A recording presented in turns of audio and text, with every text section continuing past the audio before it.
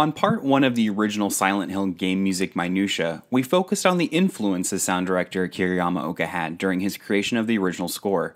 If you haven't seen it, take a minute to get caught up so you won't have to raise your hand so much in class. I even have a handy link right here on the screen. Okay? Great! This episode will take all that we learned and dive deeper, exploring the gameplay and Yamaoka's use of industrial sound to tell the player how to feel, the subconscious audio dictionary, and how this all works hand in hand to create the amazing experience that is Silent Hill. Since we talked heavily about Yamaoka last episode, let's start things off with the game developers, most affectionately called Team Silent. In a March 1999 interview with PlayStation Magazine, Keiichiro Toyama explained the influences and inspirations for the original game's storyline and overall aesthetic. Toyama cited the modern American novel as the original main thrust for what the game would feel like for the player. Think of Stephen King, for example, as most of his novels have a traditional town setting, like Salem's Lot or Pet Sematary.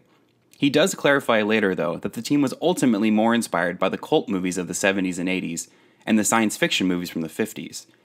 In another interview that same year during Tokyo Game Show, Toyama expands on this idea, referencing David Lynch and David Cronenberg specifically, bringing that Twin Peaks inspiration even closer together. In fact, this great American novel elevator pitch was, as Toyama puts it, just the hook. This was to ease players into the setting they were most likely used to at the time, with King book clubs and all that, but the rest of the game's story and concept was from Japan influence. The brilliant work from the development team to create the haunting visuals and fear-inducing gameplay is not trumped by Yamaoka's score, but rather enhanced, due to the approach the composer took. When asked about enhancing mood for the game, music was Toyama's prominent response. Here's a quote, "I can certainly point out that the music is an important factor. It's not like a Hollywood movie-style orchestra, but it's more close to noise than anything else. It matches the hysteric mood. When combined with the game's graphics, they create the total horror." End quote.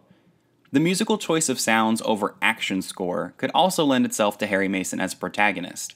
Team Silent's approach to the project was to create an experience that let players eventually project themselves into the controlled character of Harry. His motions, for example, are clunky and reflect someone who is inexperienced with using various blunt objects to attack, much like a majority of the population playing the game. Hopefully. The unsettling, manufactured industrial score matches Harry and the player's unfamiliarity with the task given to them, and of course, the environment it all takes place in. Yamaoka stated in a 2001 interview with Rocket Baby that his musical choices for Silent Hill partly stemmed from the console's capabilities. Thinking of the player sitting in front of a TV rather than playing the game through a stereo or car like they would a normal album, he wanted to find a way for the sound to reach the player's ears in a cool way.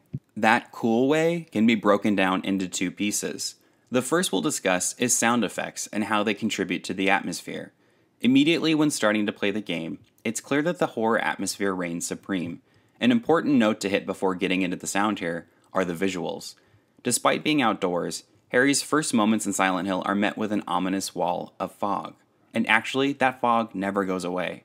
From a development standpoint, this was a necessity, as the PlayStation's graphic limitations wouldn't support the detail that Team Silent originally desired.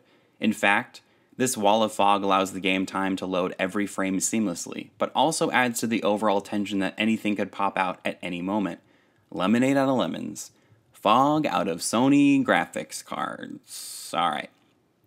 Yamaoka expanded upon this unnerving visual by using a clever mechanic for sound.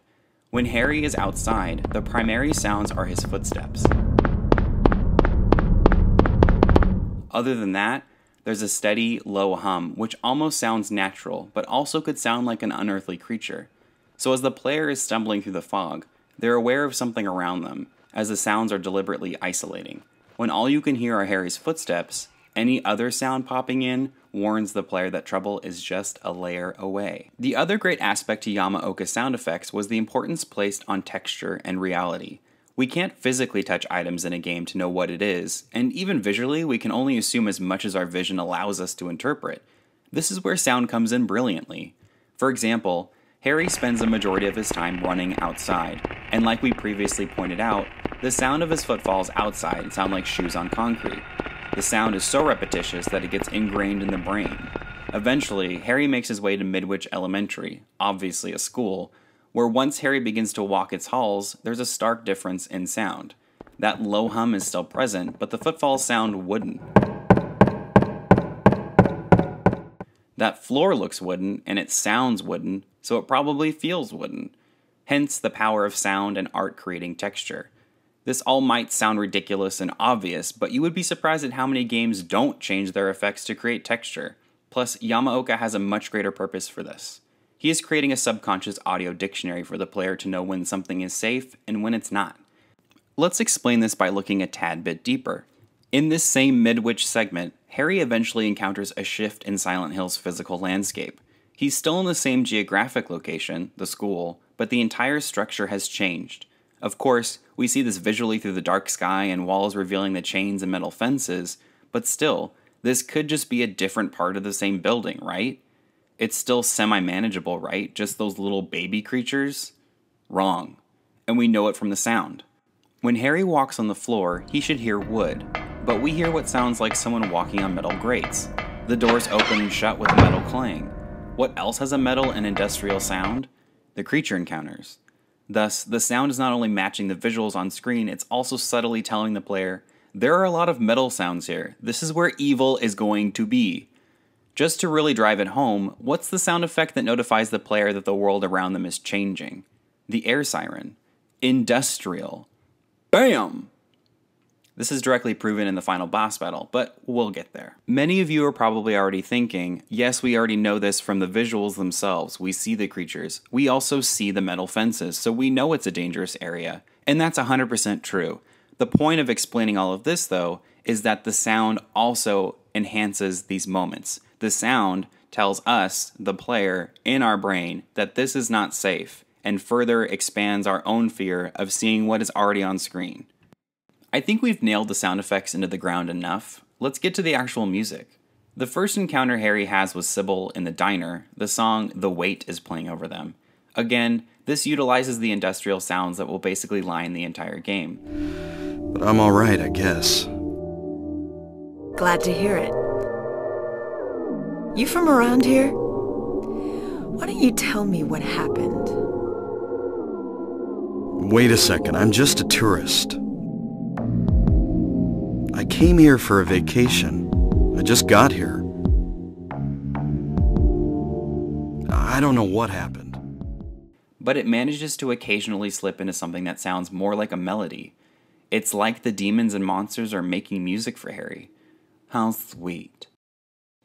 The most musical aspect to it is the jazz bass, which is reminiscent of Mr. Badalamenti's work in Twin Peaks. The important thing to take away from this moment is that we can mark this music as neutral. When I say neutral, I mean that according to Yamaoka's distinct sound theme of industrial versus natural, there's nothing too notable here. But let's make a comparison where this theme is apparent. The first time Harry meets Dahlia Gillespie is in the Balkan Church. Standing there with her skeleton-like face and overly expressive eyes, Dahlia explains to Harry the evil that lurks within Silent Hill. At this point, her true motives are not known, so let's treat her like we did the sound effects. What is her texture? Well, the song Clawfinger plays within the scene, which almost sounds like a hymn, with its repetitive bell sound. Fitting for a church, don't you think? Right? The girl? You're talking about Cheryl. I see everything. You know something. Tell me. Stay back. Nothing is to be gained from floundering about at random. You must follow the path. The path of the hermit concealed by flowers. What? There's a clear melody in it too, which according to Yamaoka's use of music should put the player at ease. This is not a character to fear, at least not right now. Before we round that out though, let's look at another character, Dr. Michael Kaufman. Harry first meets the doctor in the Alchemilla Hospital, and their encounter is far from comfortable.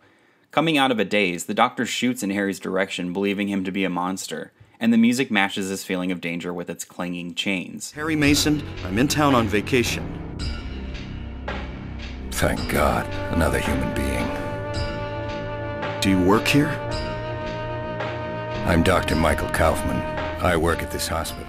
The industrial sound is in the forefront of the melody, providing players with the knowledge that something about this character isn't to be trusted. Of course, this all comes to be true, in a sense. Yamaoka isn't lying to us, but rather is using the music and that audio dictionary to condition us to feel a certain way. What's true horror? Firmly believing something to be true only to have it transform into our darkest fear. Now let's round this all out.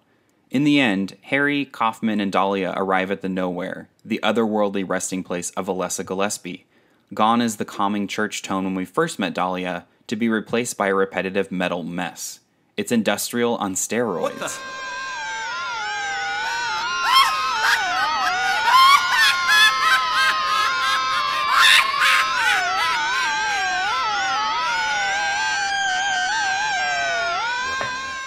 The song is My Heaven, which accents the arrival of Incubus, the demon god. Even in the titling here, we see heaven, obviously a religious term, calling back to our first encounter with Dahlia in the church, but the music accompanying that title is far from heavenly. All of those dark industrial sounds that warned us as players through the game culminates to this final battle, revealing everyone's true natures. Kaufman, while not morally clean character, does see the necessity of stopping the incubus, while Dahlia shows her true form of worship. And then basically everybody dies. So there we have it, Yamaoka's first Silent Hill soundtrack at its finest. Some of you may be wondering why I don't go too heavily into analyzing every song, and even the story of the game, and I understand that. First, I wanted to focus this first game soundtrack on the fundamental change that Yamaoka created for the overall series. Second, this series is purely about the music and what it contributes to the overall experience of the franchise. Perhaps, if I gain enough interest, I can make a series breaking down the narrative threads of these games. I have a lot to say, and would love a chance to say it. As for now, it's time to move further into Yamaoka, including his love for Trent Reznor and how this sound evolved with the sequel titles. Everyone grab a flashlight. It's time we talk about James, Mary, and the formidable Silent Hill 2. See you next time.